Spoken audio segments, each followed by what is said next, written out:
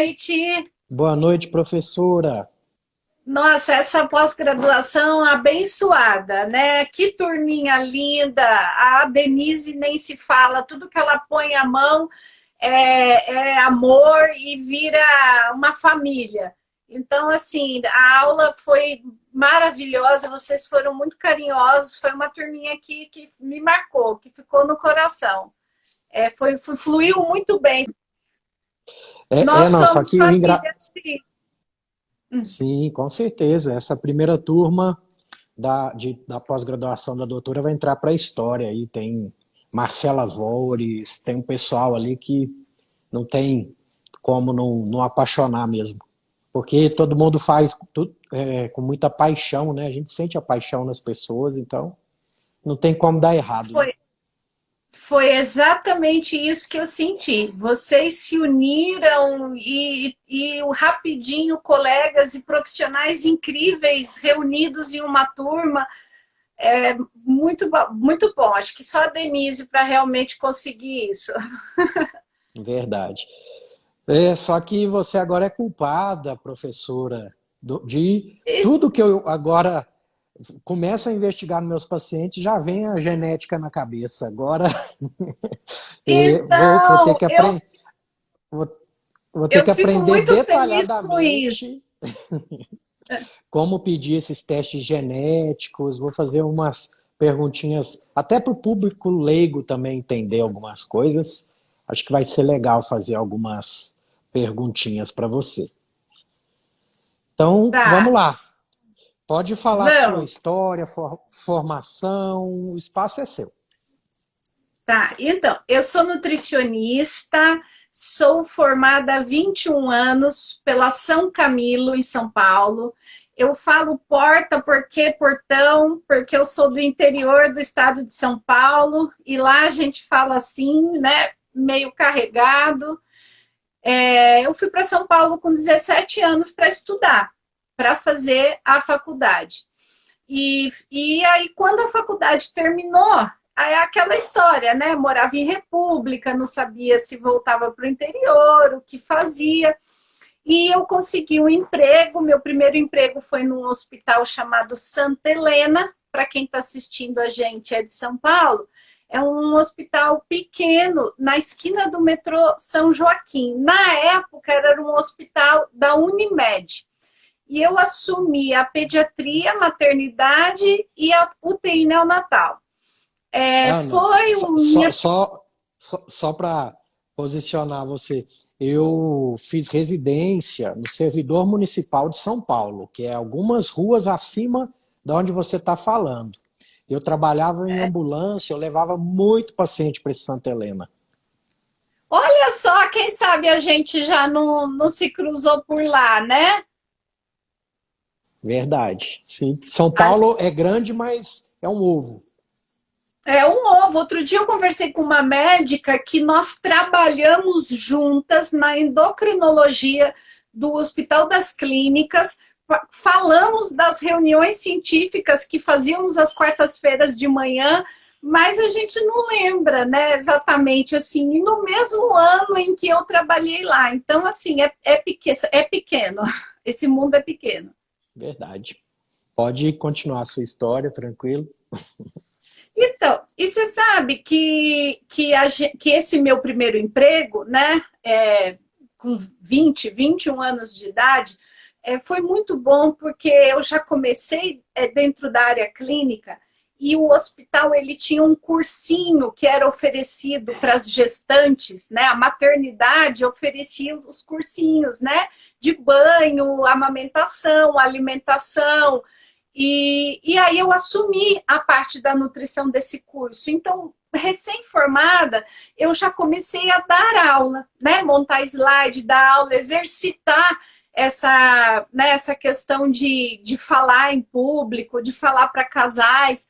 Então, a nutrição sempre exigiu, nos trabalhos que eu tive, muita comunicação, muita aula. E isso hoje eu agradeço demais, o que na época né, ficava nervosa. Nossa, mas eu vou ensinar.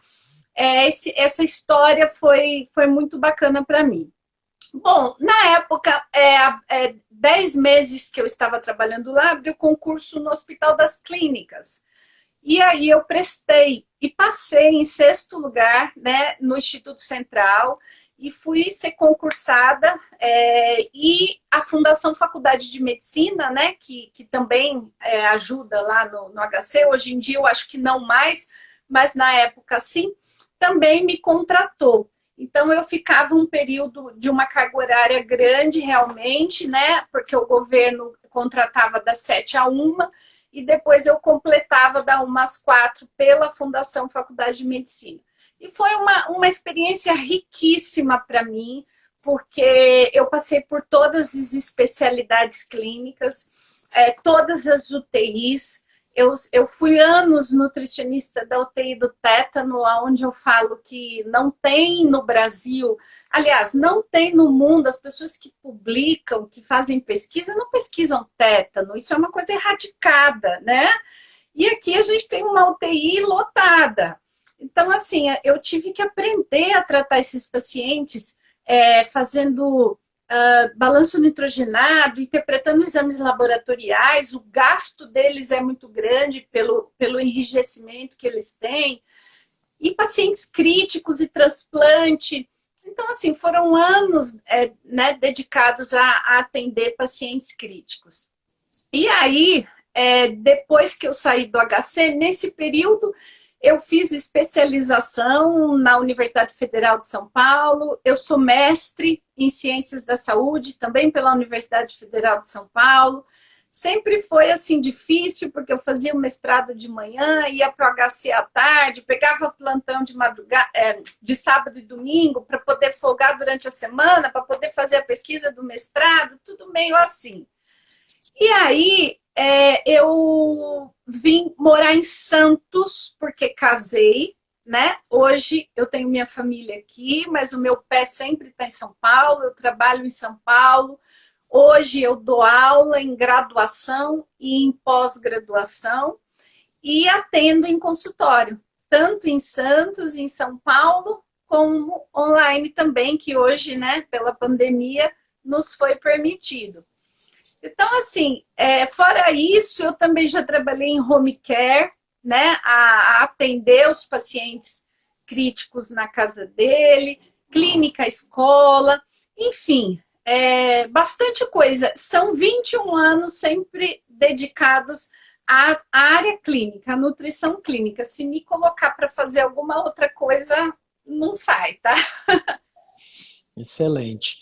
E, professora, como que a genética entrou na sua vida? Então, quando eu me mudei para Santos, eu assumi um spa, tá? Eu fui trabalhar além de eu dar aula, eu fui trabalhar num spa que é dentro do Hotel Casa Grande, aqui no Guarujá, né? Na Praia da Enseada, para quem mora aqui em São Paulo, tem um hotel 5 estrelas e dentro do hotel tinha um spa. Assim que eu assumi a nutrição do spa, os pacientes que frequentam o spa são pacientes, vamos dizer, com um poder socioeconômico diferente no sentido de poderem viajar, né, conhecer vários lugares. E eles trouxeram essa demanda para mim. Eles chegavam para mim no spa, né, eu que fazia admissão, a primeira consulta, eles falavam assim para mim: eu estive nos Estados Unidos e eu vi lá no mercado. Depois até a gente pode falar sobre isso, porque assim, isso também não acho legal. Mas assim, fora do Brasil, tem nos supermercados e nas farmácias esses testes genéticos, né? Nos Estados Unidos, em qualquer lugar. No Japão, eles enviam para casa das pessoas. Na Europa, tem países que já fazem. A Estônia, por exemplo, que é muito pequenininha, é uma cidade nossa, a Estônia, né? Mas eles têm um mapeamento da população inteira. Então, assim, na Estônia, a medida de saúde pública deles é assim, ter a genética da população inteira e identificar os que têm risco. Por exemplo, a primeira grande medida, identificar os que têm risco de câncer de mama. e chamar, falar, vem cá, você tá com seus exames em dia, tá tudo bem, vem aqui, vamos conversar. Então, assim, sensacional essa prevenção, né? Verdade. Um dia, se Deus quiser, chegamos nesse nível, né? Ai, eu tomara. Mas enfim, aí a genética entrou na minha vida no spa. 4 pacientes que chegaram comentando isso comigo. Aí eu falei assim: opa, peraí, deixa eu olhar isso aí. De tudo que eu já fiz na minha vida, eu ainda não conheço essa forma de tratar pacientes. E aí foi o que aconteceu. Na época, fui buscar os laboratórios que existiam no Brasil, que eram bem menos do que isso há mais de 4 anos atrás. A gente não tinha as opções que a gente tem hoje, a quantidade, né? O preço era outro também. Eu vejo que cada ano que passa, vai ficando mais acessível à população, o custo vai caindo. Tá? Eu atendo pessoas que fizeram nos Estados Unidos assim que saiu, né, lá em 2005, 2007, que pagaram 24 mil reais. Né?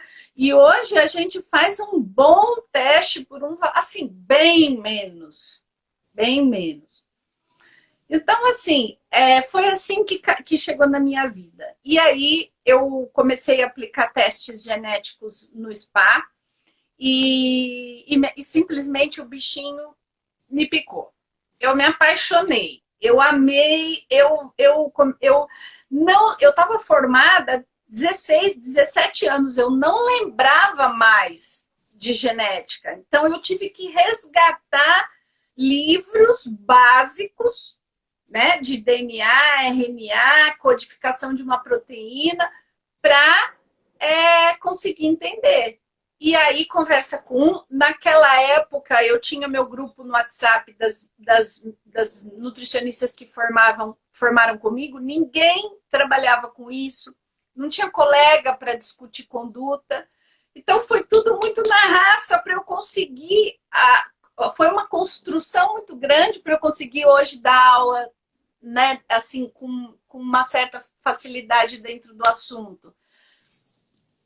Excelente. E pela aula, o fim de semana para trás que você deu para a gente, ficamos todos maravilhados mesmo do seu conhecimento e o tanto que a gente ainda está patinando ainda nessa parte e quero aprender muito com você. E vamos para alguns conceitozinhos básicos para o pessoal que tem público leigo aqui também. Eu acho que era legal. Então você entrou na genômica nutricional, que é um outro mundo, só que a gente quer entender o que é nutrigenética, nutrigenômica, epigenética, polimorfismos, bem básico mesmo para o pessoal entender. Vamos lá. A gente costuma usar o termo assim, ó, genômica nutricional, para abranger tudo. É como se fosse um guarda-chuva. Genômica nutricional engloba todos esses conceitos que você falou, né, agora. Agora, cada conceito desse é diferente, né? Então, nutrigenética é quando a gente pega um laudo genético, né, tem os genes, né, os polimorfismos genéticos, e essa genética influencia no resultado, né, do meu paciente, na forma como eu vou alimentá-lo ou prescrever. É a sua genética, vamos dar um exemplo assim, é a menor eficiência ou maior eficiência influenciando na alimentação, né, da pessoa, né, ou suplementação. Então, um polimorfismo, uma pessoa que tem um gene, é diferente a resposta dela do que quando ela tem outro gene. Né? Então, são os polimorfismos interferindo na alimentação. A nutrigenômica é o contrário. É a alimentação influenciando na expressão desses genes. Tá? Então, hoje a gente tem os polifenóis, ômega 3, curcumina. A gente tem uma série de nutrientes, né, comprovadamente influenciando na expressão desse gene. Então, quando a alimentação influencia no gene, aí a gente chama de nutrigenômica, tá? Epigenética, assim, como tem público leigo aqui, é como se fosse um botãozinho on e off do gene, tá? A gente não é tão correto, eu ensinei isso na aula, a gente falar em silenciamento de genes, porque eu mostrei na aula como isso é complexo e quantos mecanismos estão envolvidos, e a gente vai falar um pouco disso aqui. Mas a modificação da expressão desse gene pelas nossas escolhas, pelo nosso estilo de vida, né? Então, eu posso aumentar a expressão de um gene ou eu posso diminuir a expressão de um gene. No caso de um gene que está relacionado à oncogênese, não é interessante eu aumentar a expressão dele, né? Agora, num caso onde é um gene responsável por uma ação antioxidante ou por uma via antioxidante, é extremamente interessante que eu aumente a expressão desse gene. Então, é essa modificação que se chama epigenética, tá? Excelente. E polimorfismos genéticos é a nossa individualidade. Então, vamos dar uma relembrada, né, para quem está assistindo a live e faz tempo que não vê esse assunto. O DNA, ele é formado por, a gente chama de bases nucleotídicas. E o que são essas bases nucleotídicas, né? São muito carinhosamente, eu chamo de letrinhas, né? Que é A, T, C, G. A de adenina, T de timina, C de citosina e G de guanina. Então, a nossa informação, o nosso código genético, ele segue essas letrinhas. A, T, C, G, C, G, A, T, T, T, A, C, G, e assim vai, tá? Então, por exemplo, eu tenho um gene aqui. Aí é um gene que ele é responsável pela predisposição ao diabetes tipo 2, porque ele controla a secreção de insulina, tá? Então, vamos supor, eu tenho um gene aqui. Como é que é um gene, gente? Um gene, né, para situar todo mundo, ele é responsável por codificar, né, por fazer uma enzima ou hormônios ou transportadores ou receptores. Então, eu tenho o meu DNA imenso. Então, eu tenho um gene que começa aqui, termina aqui.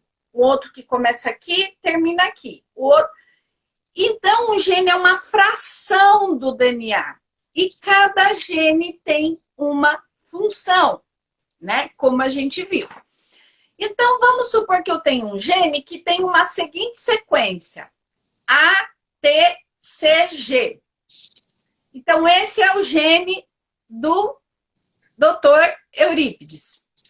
E o gene da NET, o mesmo gene, com a mesma função. O meu é AACG.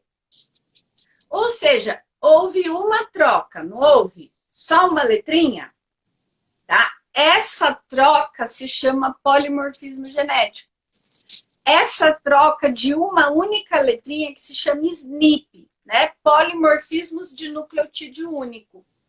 A troca na sequência do gene de um único nucleotídeo vai fazer com que esse gene produza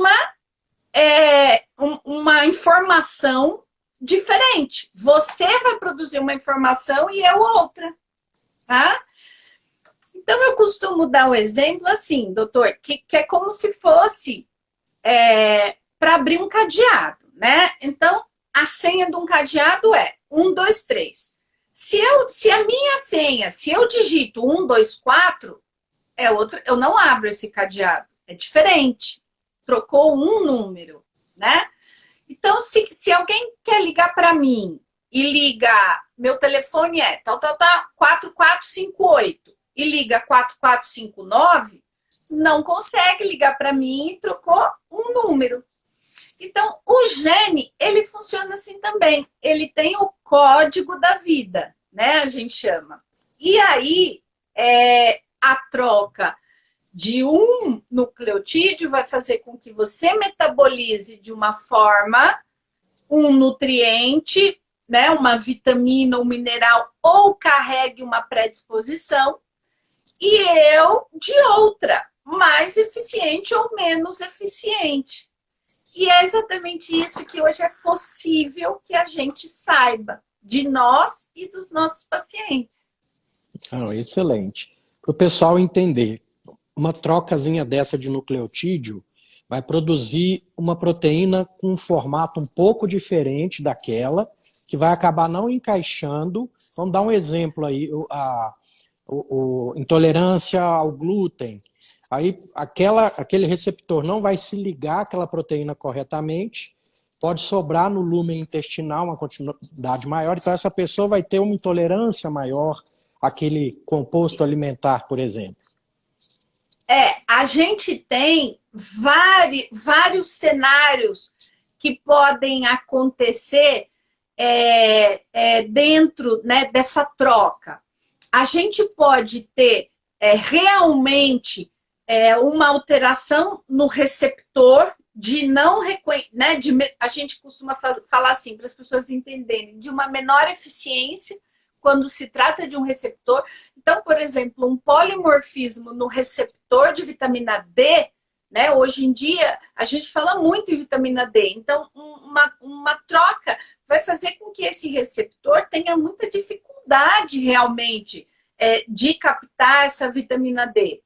Então, se eu tenho um receptor menos eficiente e eu tenho uma dosagem, vamos dizer assim, sanguínea também insuficiente, você pode, assim, não gosto de falar em valores porque na genética não é assim, não é duplicar, mas assim, aumentar os problemas ainda da deficiência de vitamina D, entendeu? Excelente. Mas, então, Anete, para o pessoal entender também, nem sempre vai te dar uma desvantagem, pode te dar uma vantagem ter aquele polimorfismo, né?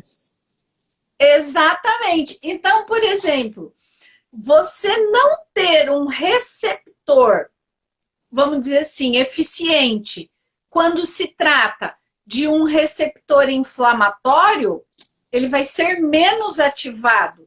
Isso é protetor. Isso é positivo. Nem sempre polimorfismos genéticos são ruins. Depende da situação, né? Excelente. Depende da situação. Então, por exemplo, no caso de pessoas intolerantes à lactose, como você citou, porque assim, uma coisa importante, dar uma relembrada num conceito, que é assim, o DNA ele é uma dupla fita, né? Então, no teste genético, a gente tem, vamos dizer, a resposta genética, o lado, né, que vem do pai e da mãe. Então, quando eu carrego o polimorfismo, quando eu carrego a alteração só de um lado, ou de pai ou de mãe, eu chamo isso de risco em heterozigose. Isso tem um peso. Quando eu carrego dos dois, do pai e da mãe, normalmente isso tem um peso maior. No caso do gene que expressa a enzima lactase, quando eu carrego o polimorfismo de pai e de mãe, eu não expresso essa enzima. Entendi. Aí essa Entendeu? pessoa vai acabar sendo mais intolerante. Intolerante à lactose. Tem alguns genes, por exemplo, que realmente não faz a enzima, tá? Por exemplo, um polimorfismo em um gene responsável pelo processo de detoxificação, que codifica uma enzima chamada glutationa, que é fundamental no processo de detoxificação, uma variação naquele gene é capaz de deletar acontecer a deleção da enzima e realmente não haver a produção de uma enzima tão importante. Tem outros polimorfismos que eles diminuem, né? Vamos dizer assim. Então, um polimorfismo em MTHFR, dos dois lados, de pai e de mãe, ele diminui em 70% a eficiência da enzima. Mas ela tá lá, tá? Então, assim, é muito né, variadas as situações. A gente tem que olhar cada gene, se esse gene, a função dele, né? O que ele faz, buscar se ele expressa aquela função ou não, se é de pai e de mãe, se é de um lado só, tá? Então é bem interessante, é apaixonante. E quando eu incluí na minha prática clínica esses conceitos de genômica nutricional, fez muito sentido entender por que alguns pacientes meus não respondiam bem a uma terapêutica e por que outros respondiam tão bem à mesma terapêutica, entendeu? Então, assim, eu consegui justificar muitas das facilidades e das dificuldades dos meus pacientes. Isso é, para mim, sensacional. A gente entender por que um paciente não responde, frustra. Ele chega para a gente falando assim, poxa, eu me dedico de uma forma imensa a comer bem e fazer atividade física e meu colesterol não abaixa. Entendeu? Eu atendo pacientes assim semanalmente, né? E outras situações também. Então, é muito bonito, né? De conseguir explicar para um paciente algumas questões. Dessa forma, fica até mais fácil de explicar para o paciente e ele entender por que ele não pode comer determinado alimento, né? Então, mas é assim, tem uma coisa, deixa eu ver aqui, nossa, é verdade, quando a gente tem conhecimento disso tudo, tem uma coisa que eu falo, que é assim, diante de todos os benefícios que a genética traz, tá? Um simples e que é sensacional é aumentar a adesão do paciente ao tratamento, à dieta, tá? Não estamos falando de hormônio, de receptor, de nada difícil e nem nome de enzimas difícil. Aumenta a adesão do paciente de uma forma incrível, ele entender por que ele responde diferente, por que ele tem que abrir mão daquela situação, por que o colega se dedica a X e tem resultado, por que ele tem que se dedicar a 2 ou 3X, né? Excelente. E sem contar que é um banco de dados imutável, né? Que você pode acessar a qualquer momento, porque seu gene, sua genética não vai mudar, né? Não vai mudar. E você sabe que eu falo isso para os pacientes e ensino isso para os meus alunos. Você fazer um bom laudo genético no seu paciente, não se esgota o número de informações que você tem. Então, por exemplo, eu tive paciente que me procurou e fez laudos testes genéticos, porque naquele momento ele tinha uma queixa que ele estava com dificuldade de emagrecer. Ponto, tá? Um ano depois, esse mesmo paciente voltou com distensão abdominal, com alguns problemas, e aí você resgata o laudo e vai lá ver como é que ele era em relação à lactose, ao glúten e as sensibilidades dele.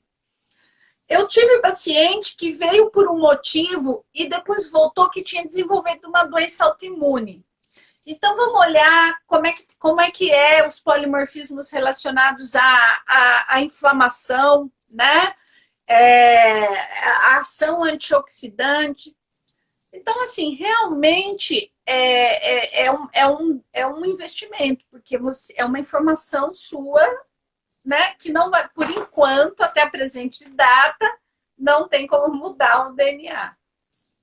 Excelente. Acho que deu para o pessoal entender bem por que que é tão importante, entender pelo menos, né, saber encaminhar um paciente para fazer uma interpretação desses genes. Como é que está o mercado disso aqui no Brasil, Anete? E como é que eu solicito isso? Por exemplo, é um grupo específico de genes, ou eu peço teste genético para intolerância a alguma coisa? Como que é isso? Então, está super crescente e atualmente a gente tem uma quantidade imensa de laboratórios genéticos trabalhando no Brasil, tá? A gente tem muitos mesmo. E aí, o que que acontece? Eu costumo falar assim, não existe um teste genético, vamos dizer, perfeito. Tem todos os genes ali, isso custa muito caro, né? Então, tem alguns testes que são mais voltados a metabolismo de gordura, carboidrato e voltados para a obesidade. Tem outros testes que são mais voltados, que tem análise de predisposição a Alzheimer, esteatose hepática, né, e tudo mais. Então, assim, a gente tem aí uma oferta maravilhosa e um monte para escolher. Então, a gente escolhe mediante ao público que a gente atende. Então, se eu sou nutricionista e atendo mais pacientes relacionados a distúrbios gastrointestinais, é de extrema importância que eu escolha um laudo que tenha glúten, lactose, genes relacionados à inflamação, genes relacionados à absorção, né? Então, assim, se eu sou uma nutricionista que trabalha com cérebro, então vale a pena escolher um que tenha na sua placa genética BDNF, cognição, dopamina, serotonina. Existem testes que têm uma mescla, né, disso tudo. E aí você escolhe, tá? Tem um monte. Como é que é? Você liga no laboratório, todos eles têm uma central de atendimento assim muito pronta. Você normalmente tem um link na bio, você clica, entra lá no contato e a primeira coisa que você tem que dizer é assim: quero ser parceira, né? A palavra que eles usam é parceira. E aí eles vão te ensinar, né? Você vai entrar na plataforma, vai fazer o cadastro, nós vamos enviar para o seu consultório os kits de coleta. A maioria dos laboratórios enviam os kits com o que a gente chama de consignação. Você pede 5 kits, né? Que é o suave para coletar saliva, e deixa lá no seu consultório. Quando você atender um paciente que teve interesse, que você indicou e ele aceitou, você coleta a saliva dele e manda para o laboratório. Aí só nesse momento que você paga, entendeu? Entendi. Interessante. A maioria que eu trabalho faz dessa forma, tá? Então, o que eu recomendo para as pessoas? Tá? Peçam, todos os laboratórios oferecem laudos modelos, que foi aqueles que eu apresentei na aula. Muitos eu tenho modelos, porque a gente não pode, em hipótese nenhuma, divulgar laudos de paciente, tá? Isso é super confidencial, né? Dados genéticos. E aí você fala: eu gostaria de conhecer a placa genética que o seu laboratório oferece. Você pode me enviar um laudo modelo? Na hora eles enviam, entendeu? E aí você começa a se familiarizar. Tem alguns que são fáceis, a maioria, todos trabalham com algoritmos hoje em dia, né? Tudo hoje. Eu tenho muita dificuldade de raciocinar em algoritmo, tá? Sendo muito honesta. Eu sou daquelas que vou ali na unha, eu olho gene a gene, e aí eu olho esse aqui, aquele ali, tal. Mas assim, o algoritmo, para quem está começando, ajuda muito. Verdade. Né? Ótimo, doutora. Vamos. Eu não estou conseguindo ler aqui, passou um textão. Será que foi alguém perguntando alguma coisa? Eu acho que perguntou sobre a intolerância à lactose. Se tem diferença na questão genética da primária para a secundária. Ah, tem, porque a gente tem intolerância primária que tem que ser genética, né? Tem que ter esse fundo, você não codifica a enzima lactase. E na secundária você pode produzir a enzima, só que você tem alguma situação, por exemplo, você tem uma doença de Crohn, você tem uma síndrome de intestino irritável, você tem normalmente alguma questão que está acontecendo ali no intestino que tem uma absorção alterada e aí se justifica também retirar a lactose, né? E aí não é um fundo genético. Ótimo, ótimo. Vamos prosseguir. O assunto é muito bom, o pessoal está gostando bastante. Só que escolhemos bastante temas, né? Não sei se a gente vai conseguir falar tudo, mas vai conseguir falar tudo. É bom que se a gente não conseguir, a gente faz outra, né? Pronto. O segundo item que você marcou junto comigo é falar sobre a nutrigenética na prática clínica, essa relação dos genes, por exemplo, gene, obesidade, o metabolismo de nutrientes e como que a gente faz para montar condutas individualizadas, tendo isso em mãos, doutora. Então, é assim, a gente tem, nossa, obesidade é uma coisa que as pessoas me questionam muito. O peso da genética dentro da obesidade, né? Então, assim, a gente tem artigos super robustos falando sobre isso, e depende da quantidade de polimorfismos que esse indivíduo tem, tá? Depende, porque a obesidade, ela é o que a gente chama de poligênica. Ela tem vários genes envolvidos dentro desse quadro. Então, assim, depende da quantidade. Isso faz com que a genética dentro da obesidade tenha um peso, segundo os artigos científicos, que podem variar de 25% até 40%, né, dentro do fenótipo obeso da pessoa, né? Ou seja, dentro da obesidade, a genética sozinha não é suficiente para desencadear a obesidade. Tem os 60%, 70% que são as escolhas, que é pelo meio ambiente, né? De má alimentação e sedentarismo. Porém, sempre que eu vou dar aula, eu falo da seguinte situação. Você ter 30%, 40% a seu favor ajuda muito, tá? Dentro desse quadro. Você tem... quando um indivíduo é obeso, lógico que o meio ambiente foi que levou a isso. Mas ele teve mais dificuldade, entendeu? Ele tem uma predisposição. Eu costumo falar assim para os meus alunos, é a mesma coisa que você deu falar assim, vou diminuir de 30% a 40% do seu salário. Você vai morrer de fome? Não, mas vai te fazer falta. Eu vou diminuir 30% do tamanho da sua casa.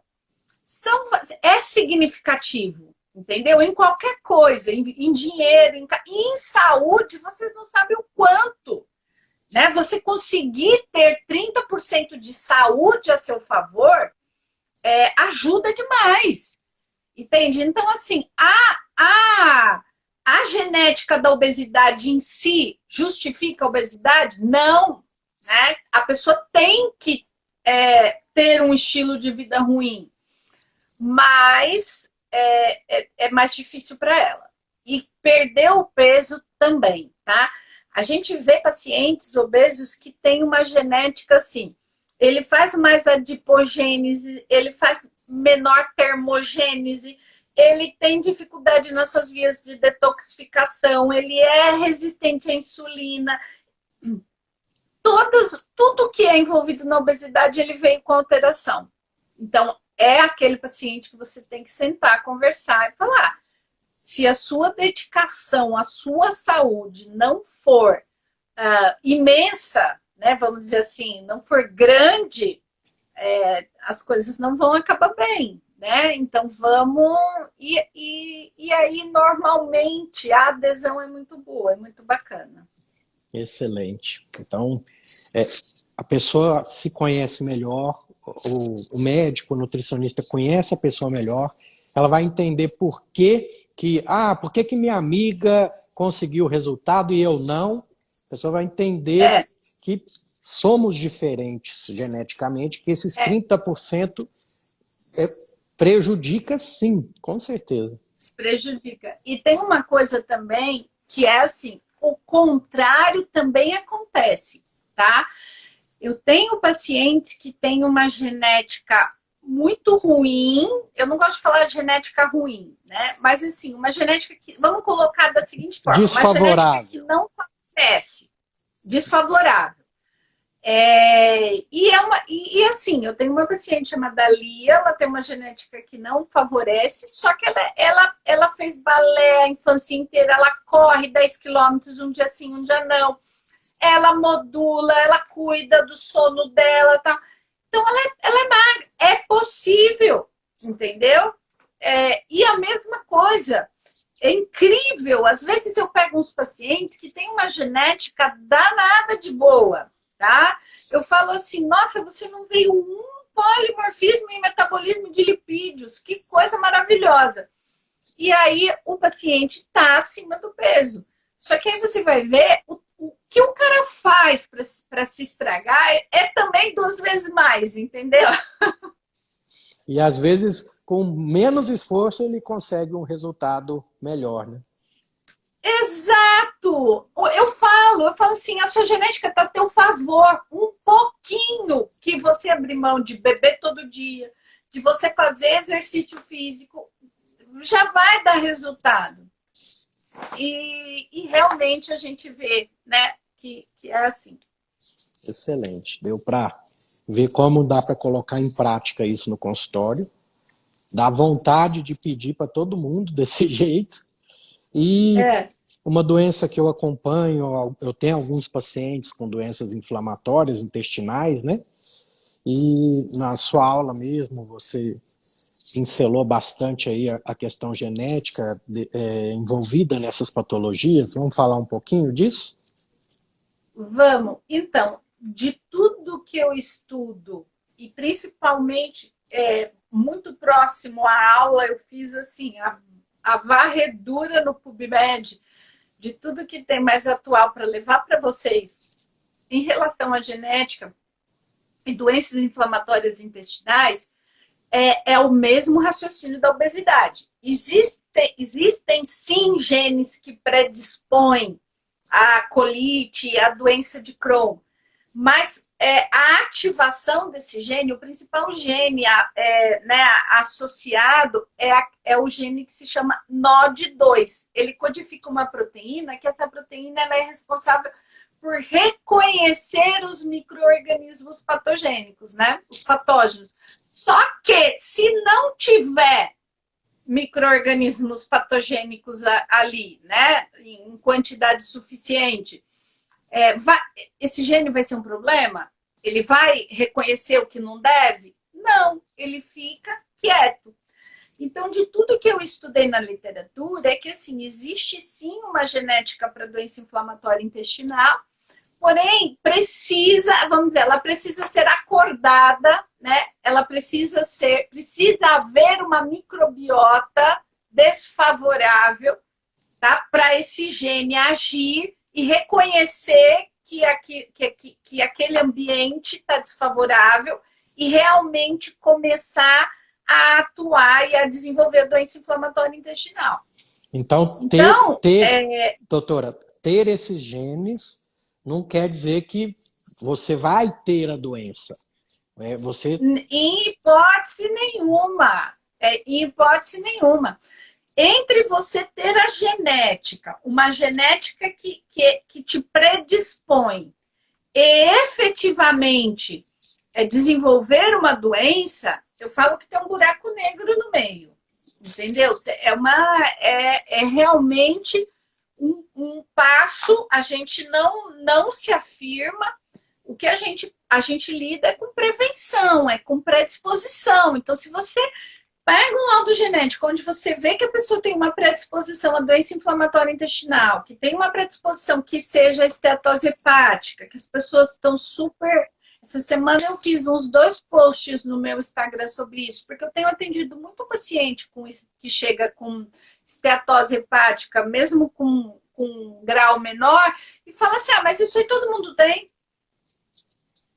Sabe? Não se importa, né?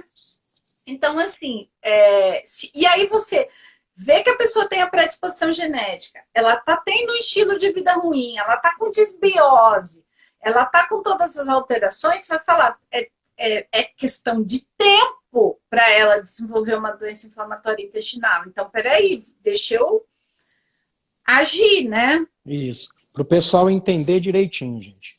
Os polimorfismos, igual a doutora está falando, te predispõe, mas precisa do gatilho, alguma coisa puxar o gatilho. Que puxa o gatilho são os hábitos e o meio que você vive. E para o pessoal entender também que é diferente das doenças genéticas. Doenças genéticas pode ser por uma deleção de um gene, falta de um gene que veio totalmente errado. É diferente, né, doutora? É completamente diferente. A gente tem várias doenças mesmo, que aí é uma situação que a gente chama de monogênica, né? Então, você tem um gene que tem algum problema ali, que tem alguma alteração, ou que tem um cromossomo a mais, que tem uma mutação, que tenham qualquer outra alteração ali, que existem diversas, que aquilo é possível que aquela alteração em um único gene certamente vai desenvolver uma doença, vai desenvolver uma síndrome, entendeu? Então, isso é completamente diferente. E esse tipo de gene nem vem em testes nutrigenéticos. Pronto. É bom saber. Não são comuns quando a gente está lidando dentro da genômica nutricional. Aí são situações mais específicas, tem que ser encaminhado para um geneticista, tem que investigar, tem algumas situações neurológicas, algumas distrofias que são síndromes genéticas. Aí é bem diferente. Pronto. Então, eu vou abusar um pouquinho do seu conhecimento. Já tem alguma coisa nos estudos falando de genes vinculados à síndrome do intestino irritável ou não tem nada ainda nesse sentido, doutora? Ainda não. Todas as questões relacionadas, não tem um gene, por exemplo, igual tem a doença de Crohn, né? Que ela tem o NOD2. A síndrome do intestino irritável, ela também tem uma relação com genes inflamatórios, né? Então, interleucina 6, fator de necrose tumoral, IL-1, alguns genes que predispõem a pessoa a ser mais, que tem um potencial de liberar mais citocinas inflamatórias. Então, isso também pode, né, vamos dizer assim, desencadear. E deve ter alguma relação também com genes vinculados à parte neurológica também, né? Que sim. Mas você sabe que essa genética, ela ainda não é clara. Ela ainda não é definida, né? Vamos dizer assim. Então, tem muito campo de estudo ainda, né, doutora? Pra gente... A gente está ainda engatinhando, né? Se a gente for pensar, o projeto Genoma, ele acabou em 2003, né? O projeto se encerrou em 2003. Então, a gente tem de 2003 a 2020, a gente tem 17 anos que o mundo, né, Harvard, Cambridge, estuda como pegar essa informação tão rica e transformar em prática clínica, né? E transformar em predisposição. Todos os estudos, né, só para deixar claro para as pessoas, são estudos de associação, né? O que é um estudo de associação? Por exemplo, Eu pego milhões de pessoas, tem que ser um tamanho de amostra, assim, surreal. Isso quem tem só esse banco é nos Estados Unidos e na Europa. Tem que ter milhões de pessoas, vou dar um exemplo qualquer, saudáveis, para ser o controle, e milhões de pessoas, por exemplo, com diabetes tipo 2. Então eu vejo o que os diabéticos tipo 2 têm em comum que é diferente desse, né, dentro da genética. E aí eu identifico que 99% deles têm um gene, por exemplo, polimorfismo no gene TCF7L2, e esses aqui, em 99%, não tem, né? Então, assim, são essas associações que são feitas. E vale falar uma coisa só, que essas associações a gente faz usando a população, né, americana ou europeia. E esse ano a USP divulgou que vai lançar, né, o primeiro banco de genética de brasileiro, né, o Genômica Brasil. Porque nós somos uma população muito miscigenada, interessa demais para o resto do mundo entender a nossa genética. Eles acreditam que muita coisa vai ter resposta, vamos dizer assim, né? Eles vão encontrar uma resposta nessas associações, né, mais fidedigna, quando colocar brasileiro no meio disso aí, entendeu? O Brasil é rico em tudo, né, doutora? Não tem jeito. Pessoal, a gente tem que valorizar mais aqui, inclusive em pesquisadores aí que, vamos dizer, não tem investimento e eles estão correndo atrás, né? A USP é um dos locais que tem muita gente que vive a pesquisa, mas que tem retorno financeiro é zero, né? É zero. É muito triste de ver a pesquisa, né, no Brasil. Eu faço doutorado, né? Quando eu me apresentei, acho que eu pulei essa parte, mas eu faço doutorado na Universidade Federal em São Paulo, na Unifesp. Meu doutorado é em genética e compulsão alimentar. Então, eu estudo uma placa, né, vários genes, e associo com compulsão alimentar em população brasileira. Então, assim, é um estudo inédito, né? É uma pesquisa, toda pesquisa genética em população brasileira é muito bem vista e muito bem quista, porque é muito difícil. É muito difícil. A USP, ela faz um trabalho sensacional, a começar que quando a gente começou com o Covid lá em março, quem decifrou o DNA do Covid foram duas brasileiras, né? Então, assim, em 48 horas, coisa assim, o resto do mundo demora 15 dias para conseguir, né, fazer isso. Então, a gente tem mão de obra muito boa, a gente tem pessoas, né, maravilhosas, pesquisadores maravilhosos. O que a gente precisava era um pouco mais de investimento, né? Vamos dizer assim, incentivo aos nossos pesquisadores. Quantas vezes a gente já não viu, né, que a própria população normal, pessoal que não é acadêmico, tudo, o tanto que são inventivos, né? Tem uma problemática, eles inventam uma coisa, o pessoal ainda brinca. Agora eles chamam a NASA para estudar a gente e tal. Tem muito essa brincadeira, esses memes. Meme, né? Doutora, isso mesmo. eu... A gente vai cair, não vai? Então, eu tenho um tempo disponível, porque o assunto me interessa muito. Se você puder continuar, para mim vai ser uma honra para a gente, pelo menos, terminar esses temas. A gente vamos ficar pelo menos mais 15 minutos? Vamos. Ainda não caiu, quando estiver perto de cair eu te falo. Aí você encerra e a gente e a entra de gente novo. retoma. Essa pergunta da Ariana é interessante. Tem já pesquisa de polimorfismos nos autistas?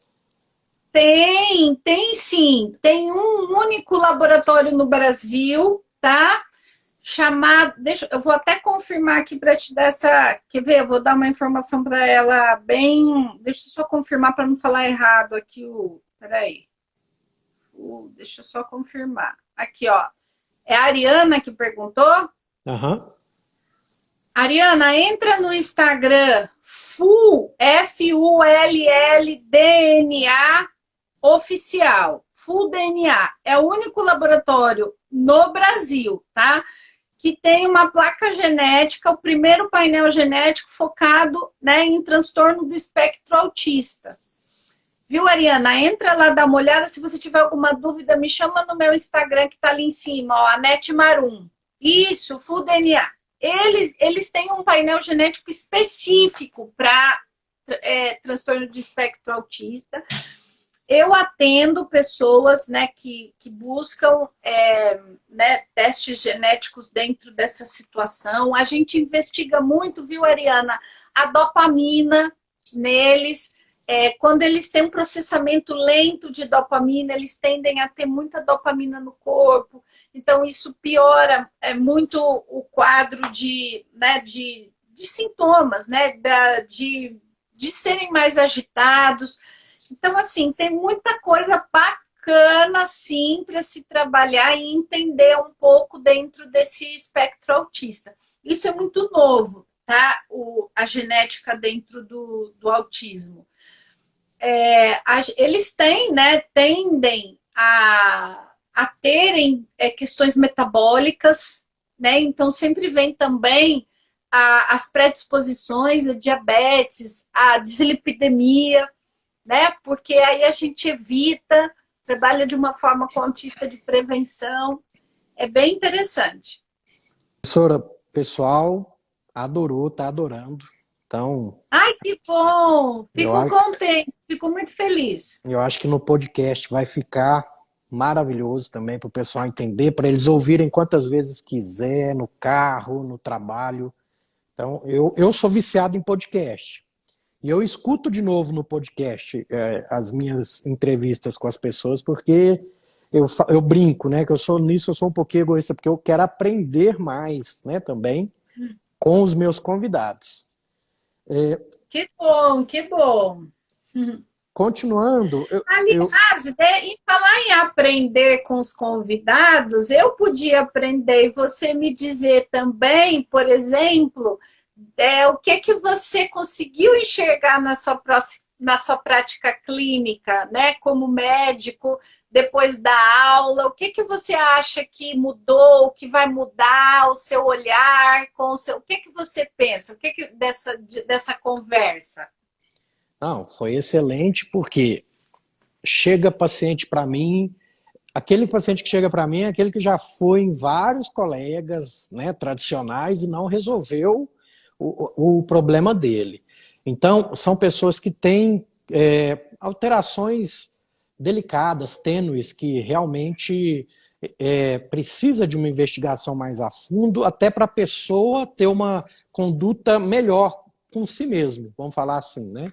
Eu acho que pesquisar esses polimorfismos vai me dar uma arma a mais para eu conseguir justamente mostrar para o paciente, ó, tem esse polimorfismo que pode estar te piorando nisso, então vamos policiar um pouquinho mais nessa parte. Abriu um leque muito grande, eu quero começar para ontem. Teve uma pacientinha, tá até aqui, a Fabiola, ela consultou comigo hoje por teleatendimento e ela tem muito interesse em fazer. Eu falei para ela, ó, vamos ter a live hoje, eu vou perguntar para a doutora qual o melhor desses que está no Brasil aí para a gente fazer uma placa de genes bem legal para o seu caso. E com certeza, ela vai ser a primeira que eu vou pedir essas placas. Fabíola, maravilha. Então vai fundo e eu vou estar junto aqui com o doutor, vou ajudá-lo e ele vai ser super assertivo aí com o seu caso. Pronto, perfeito. Está ansiosa. Eu vou abusar um pouquinho, né? Eu fiz uma live ontem com a colega sobre síndrome do ovário policístico. Já tem estudos mostrando a questão genética do ovário policístico, da resistência à insulina, eu creio que tenha, né? Que é um dos fatores.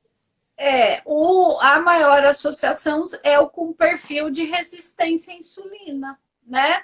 Então, a gente tem genes, a gente tem um gene dentro da resistência à insulina super famoso que se chama TCF7L2, ele é um fator de transcrição, ele atua diretamente na secreção da insulina. A gente tem polimorfismos nos GLUT, né? Na translocação do GLUT para captação.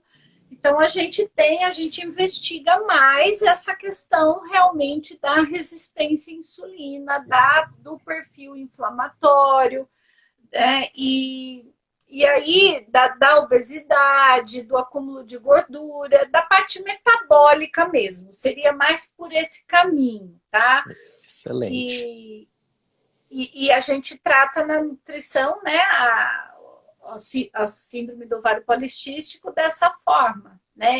Aumentando o antioxidante.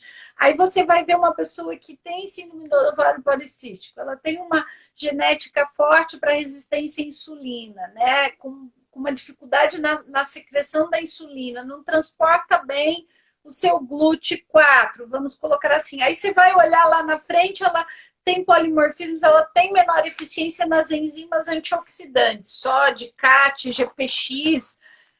Aí, né, é uma paciente que precisa ser suplementada, que tem que ter um plano alimentar com uma carga maior de antioxidantes, ela precisa ser avisada disso, e aí ela tem resultado na sua SOP.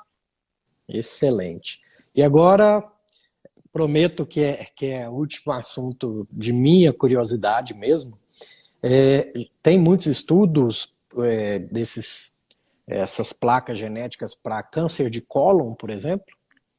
Então, tem alguns genes, sim, de altíssima associação com câncer, né, relacionado ao intestino. Hoje a gente estuda muito em relação a câncer, os microRNAs.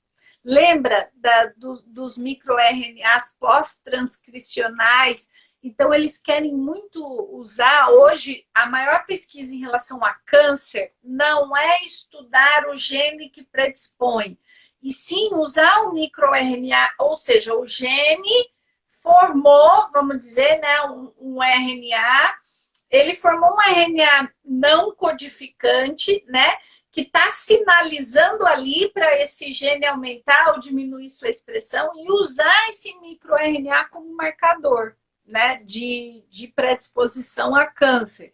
Então, hoje em dia, a gente estuda mais, a gente consegue, pela alimentação, modular mais esse microRNA para que ele não fique cutucando o gene lá para, né, aumentar a sua expressão, do que efetivamente o gene.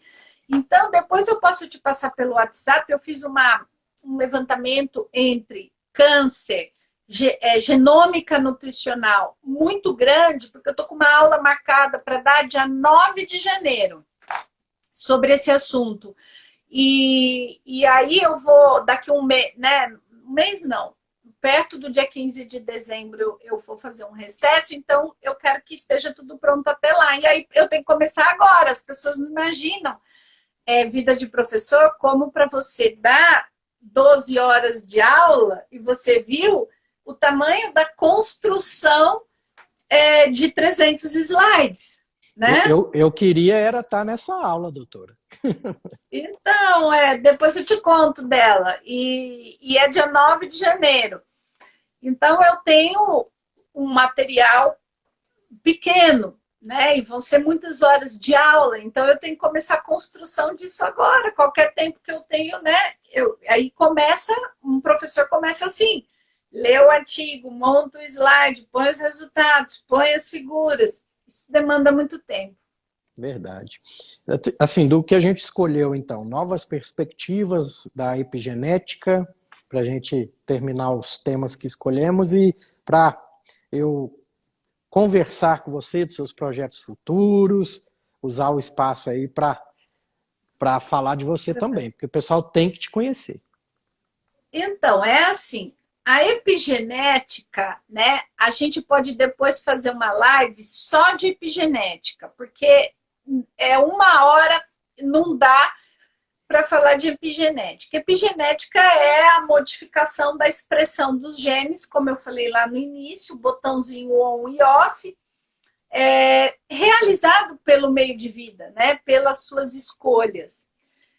E a gente tem 3 mecanismos hoje muito estudados, né? De que fazem essa ação em cima do gene, que é a metilação do gene, a modificação de histonas e os microRNAs como modificadores pós-transcrição, né? Então, a gente fica estudando muito como os alimentos influenciam no gene, né? Então, a gente falar em silenciamento de genes, a gente não deve, até mesmo porque todo gene é importante. Todo gene é importante. E se a gente tratá-lo, eu costumo falar que os genes são muito bonzinhos. Eles respondem muito bem, entendeu? As nossas ações. Tem artigos que mostram o quanto um gene modifica a sua expressão com 7, 8, 9, 12 semanas de intervenção. Tá? Ou seja, eles respondem muito rápido. Então, a gente tem que, fazendo a coisa adequada, a gente modifica, assim, a expressão desse gene e, consequentemente, meu paciente melhora. Então, a epigenética é isso, tá? É o estudo por meio do que a gente pode fazer em relação ao nosso estilo de vida para modificar a expressão dos genes. Então, a gente tem comprovadamente que a alimentação faz isso, como grande vedete. Atividade física modifica a expressão de genes de uma forma sensacional. E por incrível que pareça, os nossos pensamentos também são capazes de modificar a expressão dos nossos genes. É a psicologia positiva, né? Sim, a psicologia positiva.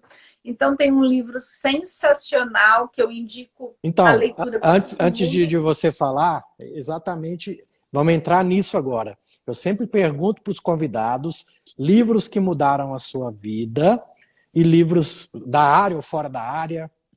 Espaço é seu. Tá, eu gosto muito de um livro que chama O Segredo Está nos Telômeros, tá? Esse livro, ele descreve um prêmio Nobel de Medicina que foi atribuído, se eu não me engano, em 2007 ou 2009 para 2 pesquisadoras. Uma delas se chama Elizabeth Blackburn.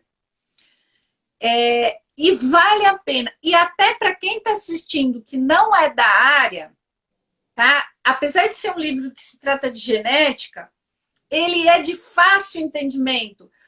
Eu sou apaixonada por essa autora porque ela conseguiu fazer uma pesquisa que ganhou um prêmio Nobel de uma importância dessa. E se você ver como ela escreve no livro, para que eu indico para as pessoas vão entender.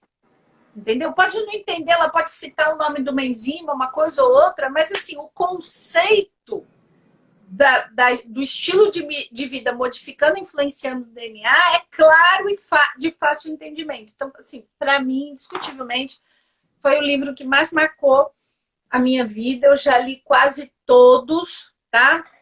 Eu tô com um livro aqui do meu lado, que eu vou pegar aqui. Todo mundo me pergunta, livro, porque assim,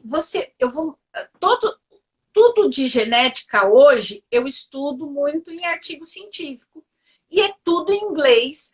E estudar epigenética em inglês, às vezes, quando você não está familiarizado com o assunto, é de chorar, entendeu? Porque você...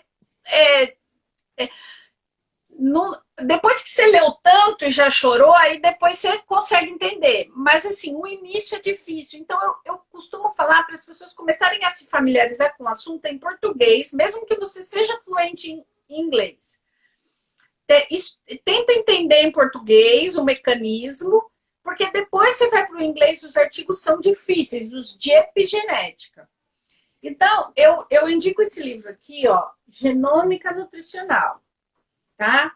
Esse livro, esse autor aqui, ó, Marcelo Rogero, Ele é um dos maiores pesquisadores do Brasil em genômica nutricional. Ele é um professor da USP, tá? Tem uma professora aqui chamada Maria Derusa. Ela é uma professora de uma universidade federal em Goiás. Então, assim, são pessoas que fazem um trabalho em genética seríssimo, tá?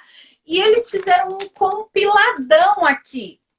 Tem esse aqui, ó, que é fácil entendimento também. Olha aqui, ó, é genômica nutricional, só que esse aqui ele é específico para doenças crônicas não transmissíveis. Aqui tem capítulo de obesidade, diabetes, hipertensão, dislipidemia, tá? Tem esses dois, teriam que ser o livro, vou tirar mais um. Vou pôr minha cara para sair também.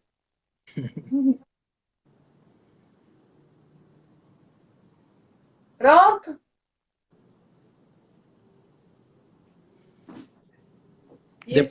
Depois a gente pode colocar para o pessoal também, para eles. Sim. Esses dois eu super indico.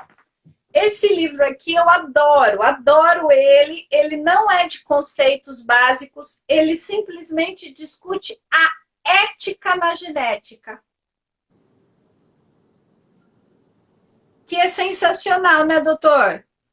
Sim, porque senão a gente vai entrar numa área nebulosa aí, né, pessoal? Que agora estão conseguindo recortar os genes e colocar em locais diferentes, né? Você falou o nome, eu não estou lembrando da... CRISPR. Então, daqui a alguns dias vai ter, se não tiver restrição em pesquisas, vai ter coisas aberrantes aí, né? Exatamente. E é isso que esse livro fala, tá? Tanto da descrição, a gente tem questões genéticas, a gente falou hoje de um assunto delicioso que é nutrição, mas a gente tem questões aqui mais sérias. A Fabíola está falando uma coisa de brincadeira, na verdade não é autorizado a se mexer no DNA, né? A modificar o DNA, justamente por isso. Né? Uma coisa que eu sempre falo nas minhas aulas é assim, todo mundo concorda que para uma pessoa mudar o DNA, para uma pessoa enxergar, para uma pessoa não ficar na cama, para uma pessoa não ter uma doença neurológica, todo mundo concorda que para isso é bom, né? Mas assim, para deixar a pessoa mais bonita, mais inteligente, mais forte, ganhar Olimpíadas, aí não dá, né? Não pode. Não pode mudar no DNA. E quem é que... Né? Tem pessoas que têm bom senso e outras que não. Verdade. Né? Doutora, como te encontrar e seus projetos atuais e futuros? O espaço é todo seu. Eu vou ficar muito contente se vocês me seguirem. O meu Instagram está aqui, né? Anete Marum.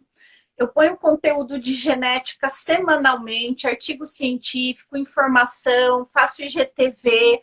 Vocês podem passear no Rios, no IGTV e pelo meu feed, que tem bastante coisa de genética.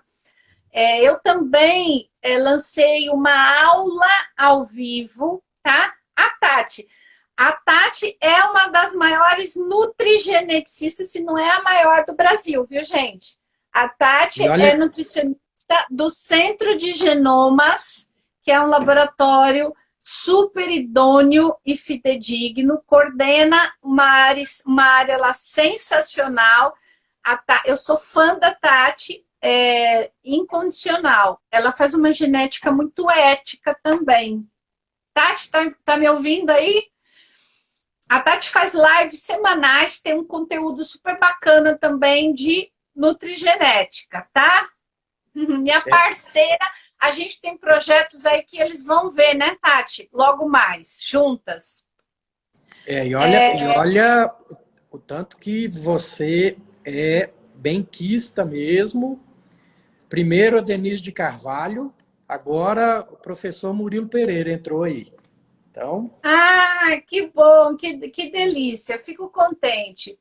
Eu vou dar uma aula ao vivo dia 28 de novembro, tá? É um sábado, um intensivão das 9 da manhã às 6 da tarde.